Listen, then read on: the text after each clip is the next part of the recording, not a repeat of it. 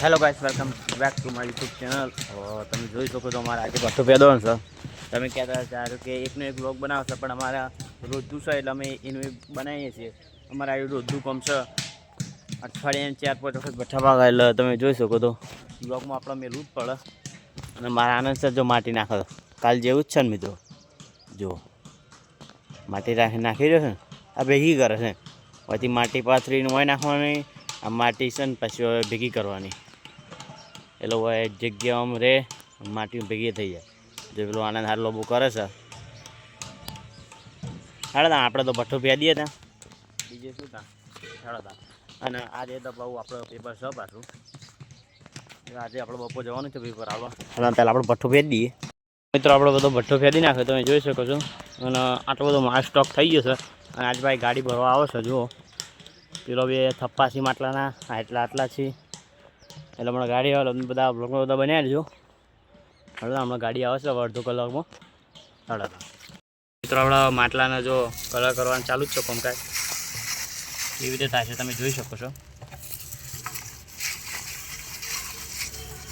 આવી રીતે આ બધા વ્હાઈટ માટલાને હવે આપણે લાલ કલર જેવું કરી નાખવાનું. જો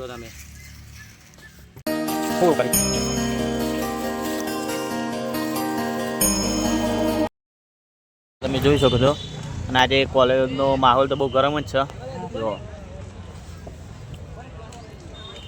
બાઈકો ચમકી હવે 2-3 દાડા હવે પેપર છે. હવે 4 દાડા બધા પેપર છે, પછી બધા નહીં આવે. આ બધા બાઇક છે ને નહીં દેખાય.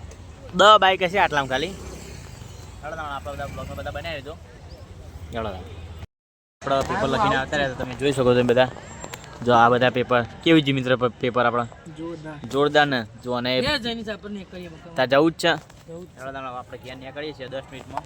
મને બહુ કંપની એટલે ઉતાવળ બહુ કરશે મિત્રો. આપણે ઘેર જવાનું જ છે. નીકળીએ હેડો.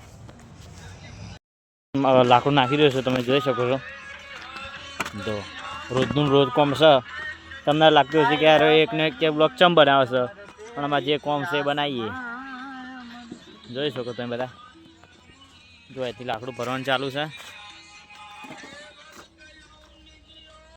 ટોકો નાસી જોઈ શકો તમે બધા કે ઠંડી ના હોય ને માટલાને એવી લે. શું કહેવું આને? હા એટલે હેડા જો હવે આપણે ટોકી દઈએ. હવે તમે